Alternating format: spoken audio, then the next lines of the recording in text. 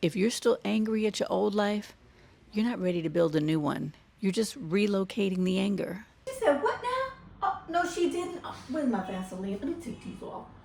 Girl, you must be out of your mind. Would you take these shoes off? Moving won't face what you haven't fixed. Because when you do go, you don't leave yourself behind. You bring your nervous system, your same habits, your health, all your old patterns. That all comes with you. You go with you. So if you're feeling burnt out, angry, or running from something, moving to another country won't erase that. It's only going to amplify it. And for those of you asking about Thailand specifically, I'm not telling you not to move to Thailand. I'm here, so I get it. I'm just saying slow down and make sure you're ready.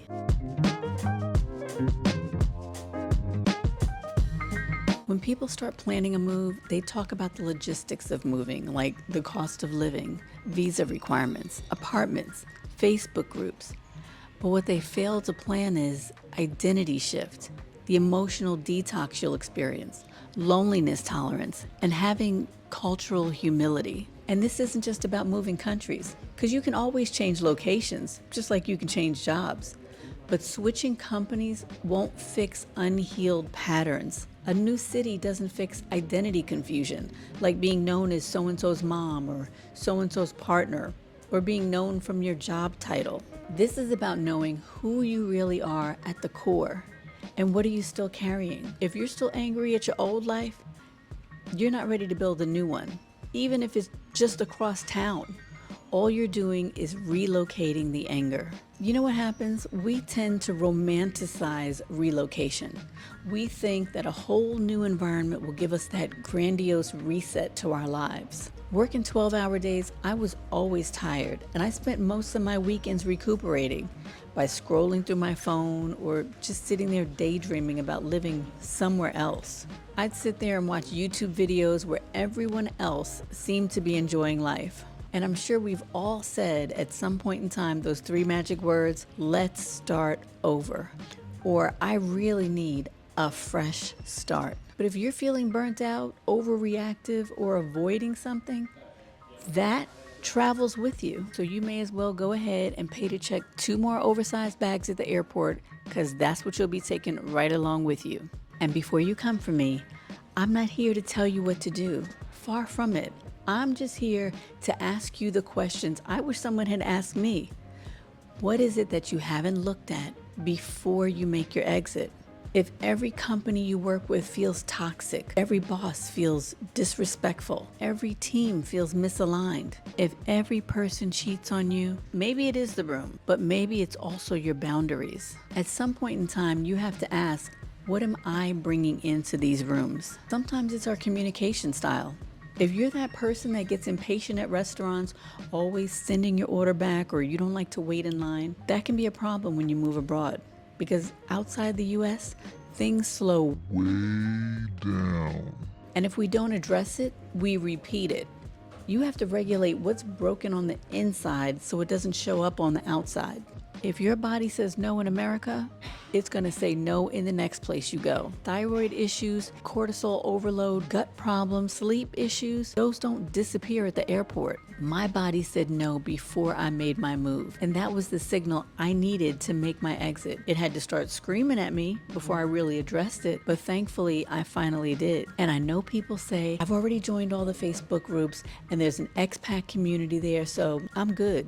Yes, it can be comforting to know that there's a community there, but that doesn't equate to building one. Joining a Facebook group doesn't mean that you have deep relationships with these people now. You can move to a place with thousands of expats and still feel completely alone. You still got to build your place inside it. You have to find ways to integrate yourself. You're still the new kid on the block. People are not going to automatically be your bestie because you have the same skin color or speak the same language. It doesn't automatically mean shared values. It can get a conversation rolling. It can even prompt a meetup with someone, but don't bet your whole move on it. Okay.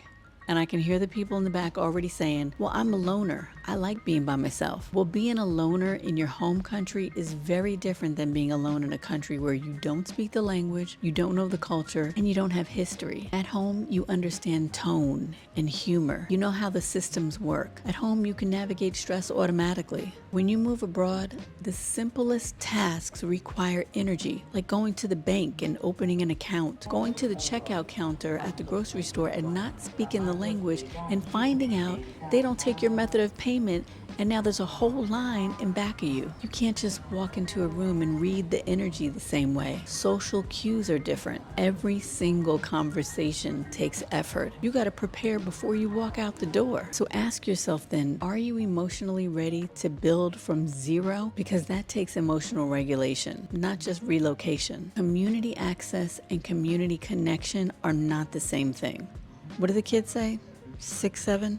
I'm probably using that the wrong way. But you know how back home you had at least one person you could meet up with from time to time, even at the last minute? When you move, no one's randomly inviting you to dinner. Well, maybe for coffee. And that's why hobbies matter. Not for entertainment, but for structure. When you move, your hobby becomes your bridge. If you're used to certain work routines at home, like going to the gym or church or going to your local coffee spot even, all that resets. When I moved out of the US, I found a local dance class, and it gave me an opportunity to immerse myself in the culture instead of relying on finding other folks. And don't wait for people to approach you. Choose your way into the community. As soon as I landed here in Thailand, I was seeing who was in my area that I could meet up with and connect with. One of the old standbys I use, Eventbrite. It has tons of local events in every part of the world I've been to so far.